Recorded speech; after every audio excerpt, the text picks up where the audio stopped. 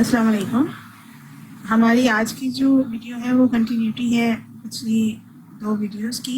उसमें मैंने आपको पेंशन के रूल्स और पेंशन की जो कैलकुलेशन है वो किस हिसाब से होती है और उसके लिए आपको क्या क्या रिक्वायरमेंट्स होती हैं वो मैंने आपको सब बताया था। आज की वीडियो में जो थर्ड पार्ट है, उसका लास्ट पार्ट है, उसमें मैं ये फोकस करूँगी जो हमारे पास इसके फार्मूलाज हैं कि एक्सेल में हम इसकी शीट्स किस तरह से तैयार कर सकते हैं कि हमें सिर्फ डेट्स और जो मेन डाटा है वो एंटर करना पड़े और बाकी सब की सब हमारे पास कैलकुलेशन जो है वो खुद हो जाए। तो आज की वीडियो में मैं बाकी चीज़ों पे फोकस नहीं करूँगी। आज की वीडियो में मैं आपको सिर्फ ये बताऊँगी कि एक्सेल में हम इसकी किस तरह से शीट्स तैयार कर सकते हैं। इसमें सबसे पहले हम देखेंगे कि जो एज है वो हम किस तरह से कैलकुलेट करेंगे, उसके लिए मैं आपको इसमें फार्मूलाज बताऊंगी। सेकेंडली हम ये देखेंगे कि एमोलुमेंट्स जो है वो हम किस तरह से टोटल एमोलुमेंट्स जो जिसके ऊपर बेस करके हम बनाते हैं, जिसके ऊपर बेस करके हमारी ग्रॉस पेंशन बनती है, वो टोटल एमोलुमेंट्स हम किस तरह से फाइंड आउट करेंगे। थर्डली हम फार्मूला फॉर पेंशन यानी किस फार्मूले के तहत पेंशन निकलती है उसको हम एक्सेल में किस तरह से बनाएंगे। फोर्थली हम ये देखेंगे कि नेट पेंशन जो है वो किसी भी एम्प्लॉय की हम किस तरह से नेट पेंशन निकाल सकते हैं और उसके लिए हमें एक्सेल में किस तरह के फार्मूलाज लगाने होंगे और हम उसको किस तरह से ग्रॉस पेंशन को नेट पेंशन में कन्वर्ट कर सकते हैं। एंड फोर्थली एंड लास्टली हम ये देखेंगे कि कम्यूटेड वैल्यू ऑफ पेंशन जो है वो हम किस तरह से फाइंड आउट कर सकते हैं। तो चलिए अपनी वीडियो स्टार्ट करते हैं। सबसे पहले हम आ जाते हैं बायोडाटा ऑफ द एम्प्लॉय पे, यानी सबसे पहले हमें इस एम्प्लॉय की जो भी ले रहा है, पेंशन लेने जा रहा है, तो उसकी सबसे पहले हमें एज कैलकुलेट करना होती है। एज की कैलकुलेशन के लिए मैंने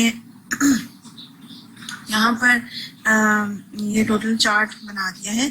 तो जो उसकी एज है उसकी कैलकुलेट करने के लिए सबसे पहले मैंने ईयर्स, मंथ्स एंड डेज का फॉलो किया है। सबसे पहले मैंने ईयर्स लिखे हैं, फिर मंथ्स एंड देन डेज, और उसके बाद जो उसकी डेट ऑफ रिटायरमेंट है वो लिखी है यहाँ पर, ईयर्स, मंथ्स एंड डेज।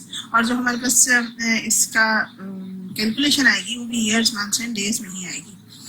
ये जो क्यू का कॉलम आपको ये वाला नज़र आ रहा है, ये एक एक्स्ट्रा कॉलम मैंने बनाया है।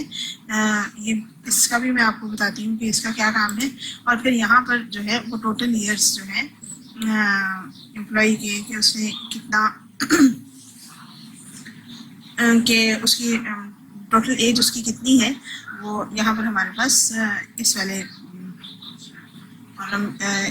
सेल में हमारे पास उसकी टोटल एज आएगी। ओके, तो सबसे पहले हमने जो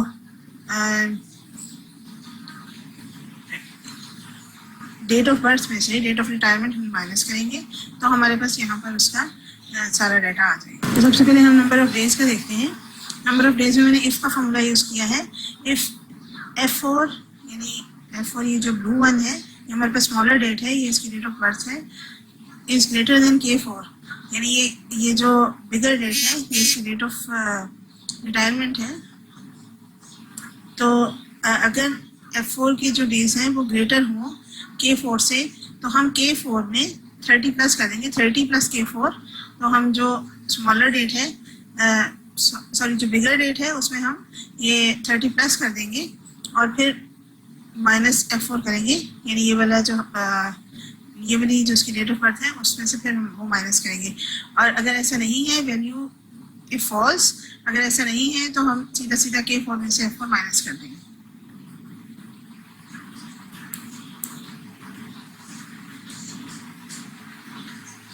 अच्छा, ये जो मैंने एक एक्स्ट्रा सेल बनाया है इसको मैंने कैलकुलेशन की आसानी के लिए बनाया है। इसमें मैंने ये लिखा है कि if K4 is less than F4 यानी K4 है हमारे पास, ये जो बिगर डेट है उसका है, उसके डेज हैं, और ये अगर स्मॉलर डेट के डेज से लेस हो यानी इसका नंबर लेस हो तो हम I4 में से 1 माइनस कर देंगे।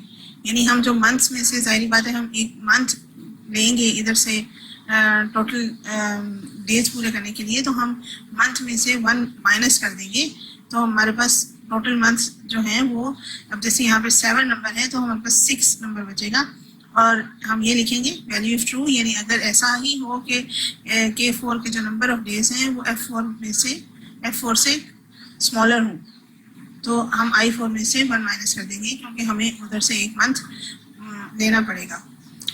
अदरवाइज I4 अदरवाइज वो ये ही मंथ शो करेगा, ये वाला जो सेल है। ओके, तो यहाँ पर अब हम इस मंथ्स का फॉर्मूला लगाएंगे। मंथ्स के फॉर्मूले में हमारा ये वाला सेल यूज होगा, जो हमने एक एक्स्ट्रा सेल बनाया है Q4, this one is Q4।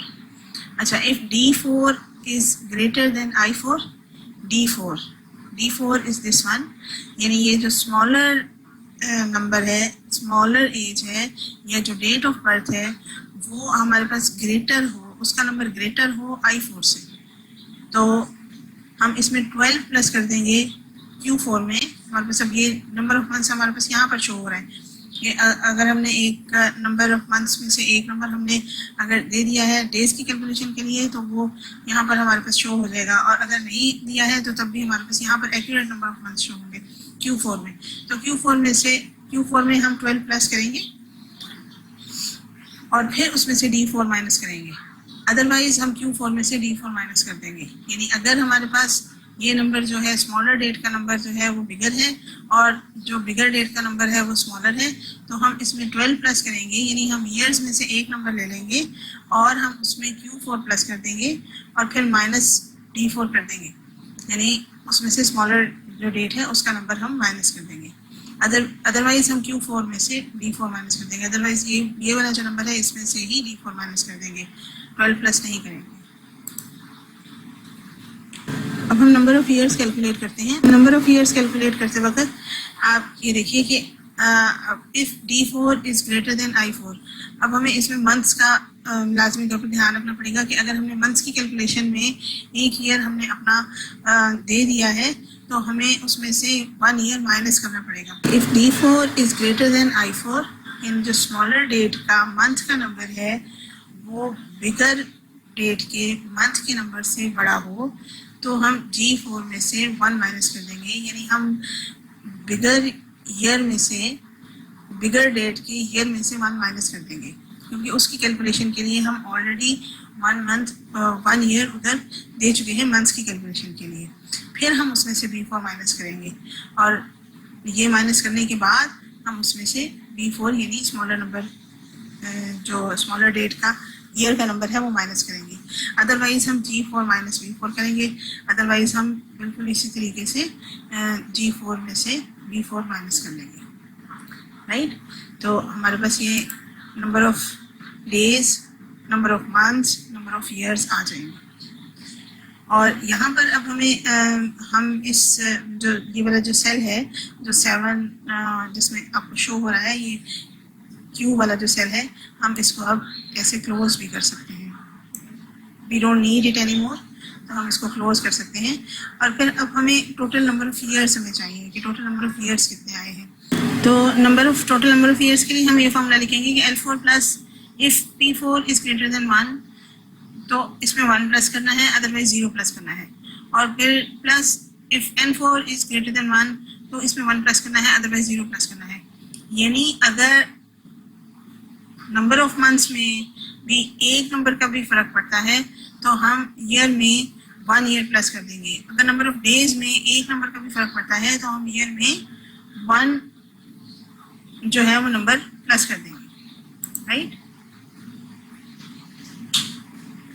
तो हमारे पास ये टोटल नंबर ऑफ ईयर्स आ जाएंगे। बिल्कुल इसी तरीके से total length of qualifying service जो है वो भी हम बिल्कुल इसी तरीके से फाइंड आउट कर लेंगे। टोटल सर्विस जो है वो हमारे पास ये हमने ईयर्स, मंथ्स एंड डेज लिखे हुए हैं।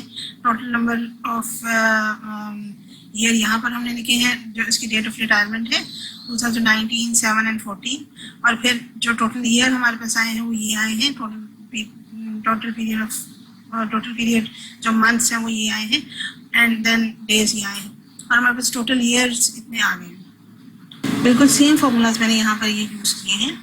अच्छा, फिर EOL है, यानी आपने अगर कोई एक्स्ट्रा ऑर्डिनरी लीव ली है तो उसकी भी कैलकुलेशन यहाँ पर हो जाएगी।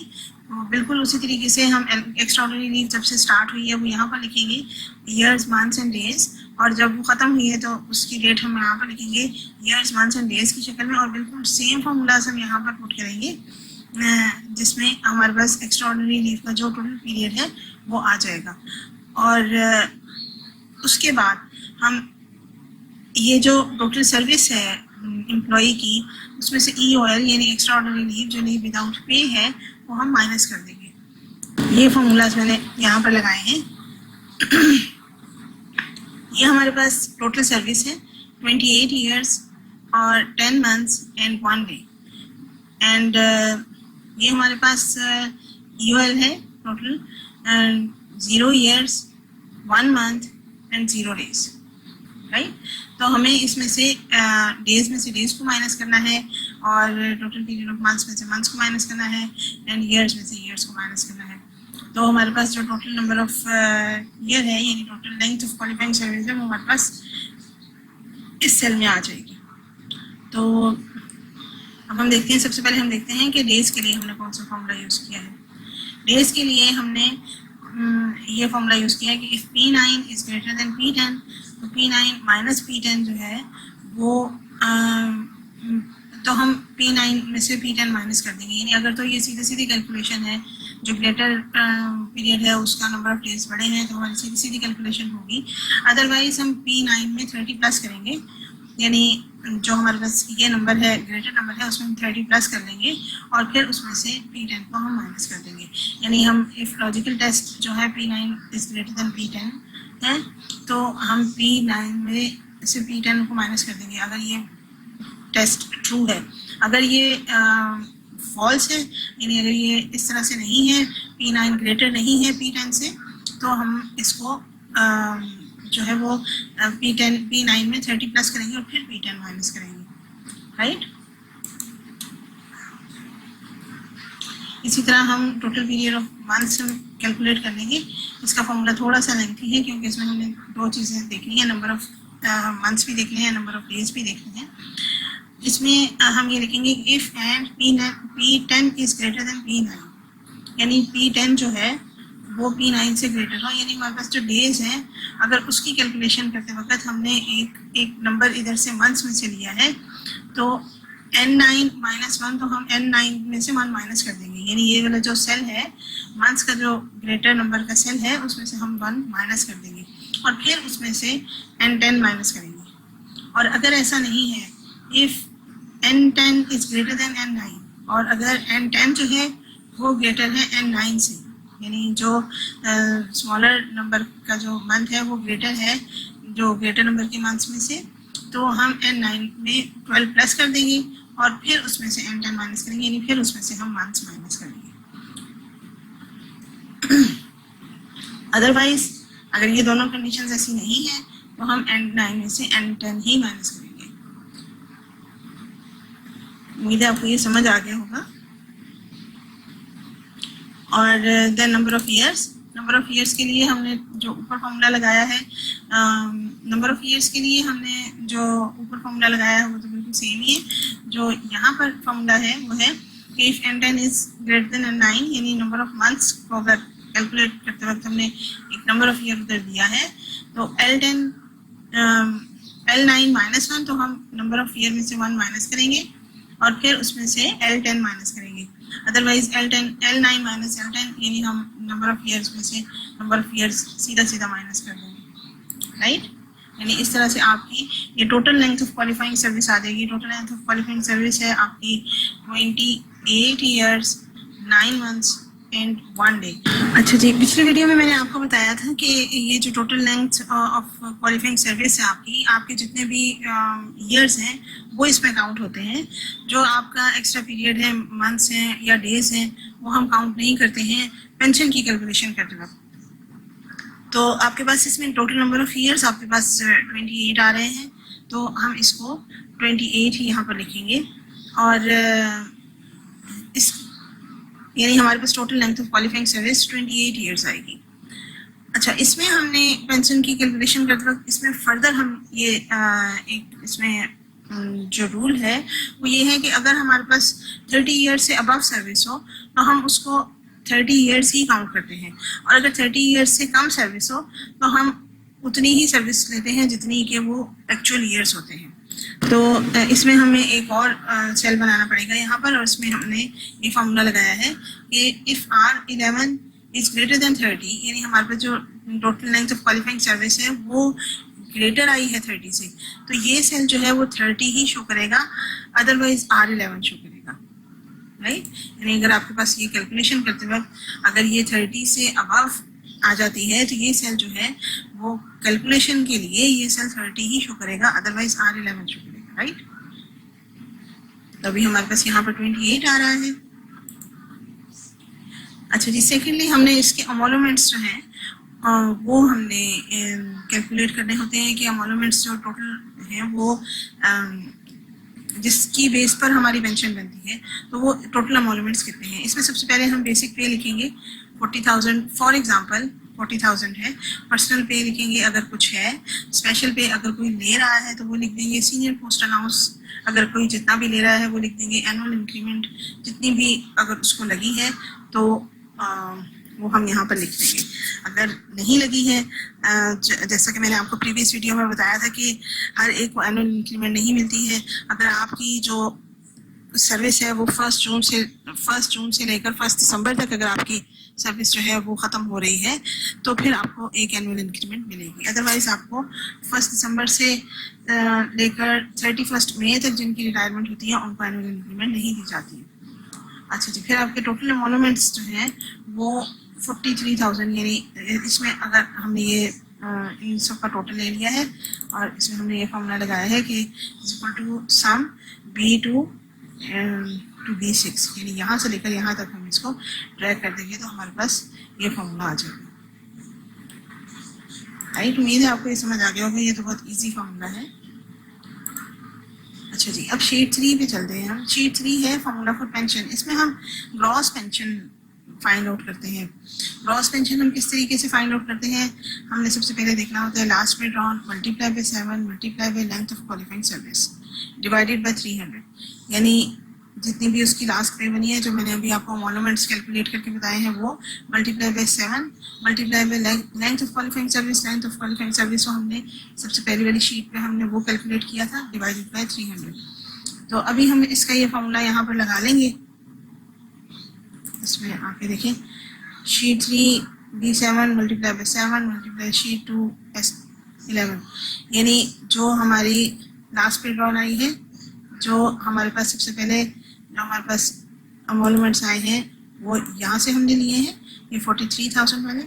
फिर उसके बाद हमने मल्टीप्लाई बाय 7 कर दिया है, मल्टीप्लाई बाय 7 कर दिया है, और फिर उसके बाद हमने शीट 2 S11, यानी उसके बाद हम ये वाला नंबर जो है वो यहाँ से हमने लिया है 28, राइट। तो इसको हमने 300 से हमने इसको डिवाइड कर देना है, तो ये हमारे पास उसकी टोटल जो है वो टोटल वैल्यू हमारे पास इसकी ग्रॉस पेंशन की आ जाएगी। और ये इसमें हमने ये फॉर्मूला लगाया है कि ये देखिए ये 2 सेल्स हैं, एक सेल के ऊपर हमने जो लास्ट पे drawn multiply by 7 multiply by length of qualifying service हमने ये फॉर्मूला लगाया है, और एक नीचे वाले सेल में हमने 300 लिख दिया है। तो जहाँ जिस सेल में हम कैलकुलेट करके लिखना चाह रहे हैं वो हम cell A4 divided by A5, यानी उसको हमने A4 को A5 से हमने डिवाइड कर देना है, तो हमारे पास ये इसकी टोटल वैल्यू आ जाएगी, total value of gross pension. हमारे पास अभी ये total value of gross pension आई है 28,093.33। अच्छा जी, अब हमारे पास ये वाली जो वैल्यू आई है इसको हमने नेट पेंशन में कन्वर्ट करना है। नेट पेंशन जो हमारे पास होती है वो हमारे पास टोटल जो ग्रॉस पेंशन होती है उसका 65% होता है, यानी जो हमारे पास 28,000 समथिंग पेंशन आई थी उसका हमने 65% यहाँ पर लेना है। 65% लेने के लिए हम फॉर्मूला लगाएंगे, ये शीट A4 A6, यानी जो हमारे पास ग्रॉस पेंशन आई थी वो वाला सेल मल्टीप्लाई बाय 65% या 65 डिवाइडेड बाय 100, एक ही बात है। तो हमारे पास इसकी 65% इसकी वैल्यू आ जाएगी। अच्छा जी, फिर उसके बाद 7.5% इंक्रीज 2011 में हुई है। अच्छा, ये एक बात मैं आपको क्लियर करती चलूँ कि ये जो मैं आपको पेंशन कैलकुलेशन बता रही हूँ, ये मैं फेडरल के जो एम्प्लॉयज़ हैं उसके हिसाब से बता रही हूँ। अगर समटाइम्स जो प्रोविंसेस होते हैं उसमें रूल्स अलहदा होते हैं, उसमें इंक्रीजेस अलहदा होती हैं, तो अगर आपके पास कोई इसमें डिफरेंस आता है तो आप उसके हिसाब से अपने फार्मूलाज को थोड़ा ऑल्टर कर सकते हैं, थोड़ा चेंज कर सकते हैं। अच्छा, हमारे पास ये जो नेट पेंशन आई है ये 65% ऑफ द ग्रॉस पेंशन है, और इसमें हमने इसमें यहाँ पर एम्प्लॉयज़ के लिए सबसे पहले 7.5% इंक्रीज होना है 2011 का जो एडहॉक है, और इसके लिए हम लिखेंगे कि ये वाला सेल मतलब C3 plus C3 multiply by 7.5%, यानी उसमें इस वैल्यू में 7.5% इसी वैल्यू का कैलकुलेट होके तो वो प्लस हो जाएगा, और हमारे पास फिर ये 19,630.22 बन रही है। उसके बाद हम 10% इंक्रीज इन 2016, 10% इंक्रीज जो 2016 का है वो इसमें ऐड करेंगे इस वैल्यू में 7.5 वैल्यू में, ठीक है। अच्छा, अब हमारे पास B4 plus B4 multiply by 10%, तो ये आ जाएगा हमारे पास। फिर उसके बाद है 10% इंक्रीज इन 2017, यानी इस वैल्यू में जो हमारे पास ये वाली वैल्यू आई थी उसमें हमने प्लस करना है B5 मल्टीप्लाई बाय 10%, और हमारे पास जो इसका आंसर आएगा उसमें फिर हमने 2018 का 10% हमने वो प्लस करना है, यानी जो हमारे पास B6 आया है प्लस B6 मल्टीप्लाई बाय 10%, यानी इसी का 10% हम इसमें प्लस करते हैं, तो हमारे पास ये 2018 वाला आ जाएगा। और फिर उसके बाद 2019 का जो 10% है वो प्लस करेंगे। 2019 का 10% प्लस करेंगे तो हमारे पास जो इसका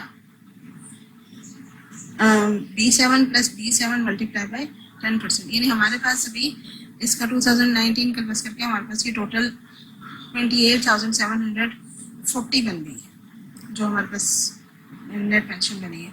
नेट पेंशन में एक और हम अलाउंस ऐड करते हैं, वो अलाउंस होता है मेडिकल अलाउंस, और मेडिकल अलाउंस जो है वो हमारे पास जो ये 65% ऑफ द ग्रॉस पेंशन है उसका हमने 25% लेना होता है।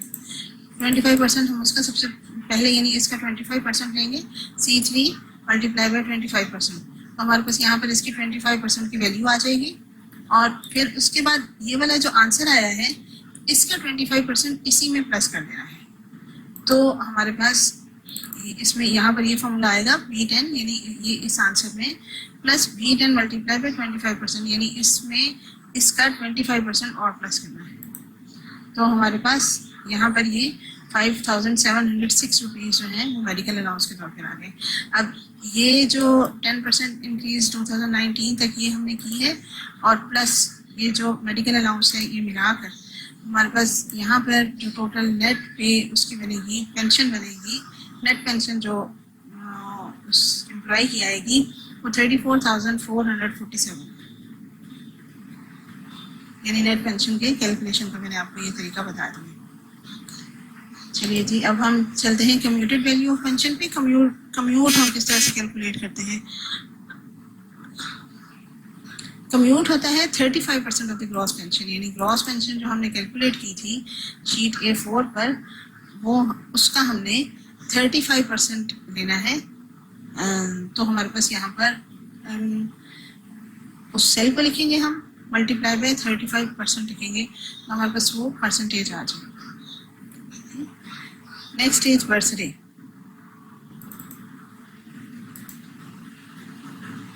नेक्स्ट इज बर्थडे हमने यहाँ पर शीट 2 में जो हमने कैलकुलेट की थी वो यहाँ सबसे पहले बायोडाटा ऑफ द एम्प्लॉय में सबसे पहले जो हमने एज कैलकुलेट की थी वो टोटल नंबर ऑफ ईयर्स यहाँ पर हमने कैलकुलेट कर लिए थे, तो ये इसकी नेक्स्ट एज बर्थडे ये 40 आ रही है यहाँ पर टोटल नंबर ऑफ ईयर्स में। तो अब हमारे पास यहाँ पर हम उसका वही फॉर्मूले से हम इस सेल को उसके उस सेल के इक्वल शो कर देंगे, यानी यहाँ पर जो वैल्यू वहाँ पर होगी वही यहाँ पर ये शो करेगा।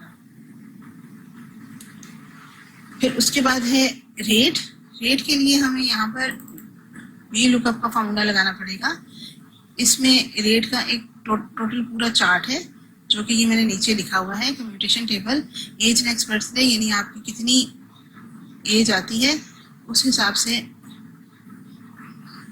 इसमें देखिए ये कम्यूटेशन का पूरा चार्ट है, जिसमें आपका जो रेट है वो हम आपका डिफाइंड है। नंबर ऑफ ईयर परचेज यानी जो भी आपकी एज नेक्स्ट बर्थडे आती है उसमें आप कितने नंबर ऑफ ईयर्स परचेज करते हैं, वो ये पूरे का पूरा चार्ट बना हुआ है।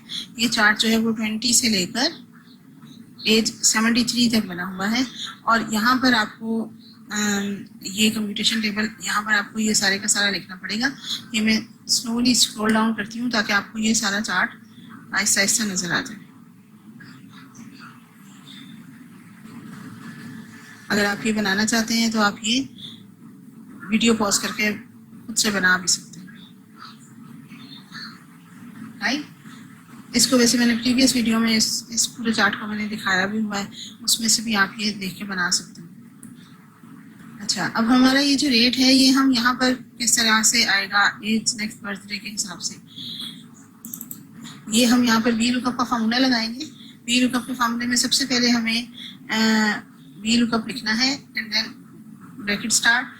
फिर उसमें B3 ये वाला सेल, यानी ये वाला सेल जो शो कर रहा है उसको हमने कहाँ पर देखना है, उसको हमने इन दो कॉलम्स में देखना है। ये वाले कॉलम्स यहाँ से स्टार्ट हो रहे हैं, A and B। A and B के ये दो कॉलम्स यहाँ से लेकर यहाँ तक स्टार्ट हो रहे हैं। यहाँ से लेकर यहाँ तक हमारे पास ये दो कॉलम्स हैं। ये हम इन दो कॉलम्स को हम सिलेक्ट कर लेंगे, रेंज सिलेक्ट कर लेंगे।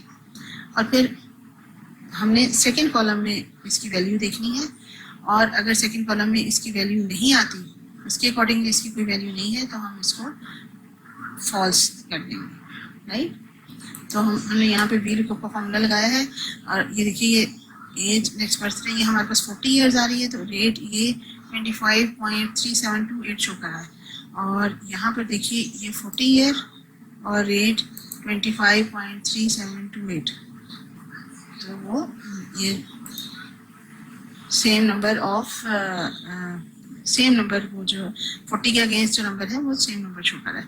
अब हमने कम्यूट किस तरह से फाइंड आउट करना है। हमारे पास इसका रेट आ गया हुआ है, हमारे पास 35% ऑफ द ग्रॉस पेंशन आ गई है। कम्यूट फाइंड आउट करने के लिए हम age rate multiply by 35% of the gross pension multiply by 12 करते हैं, तो हमारे पास उसकी कम्यूटेशन की टोटल वैल्यू आ जाती है, और वो है 2993787.418।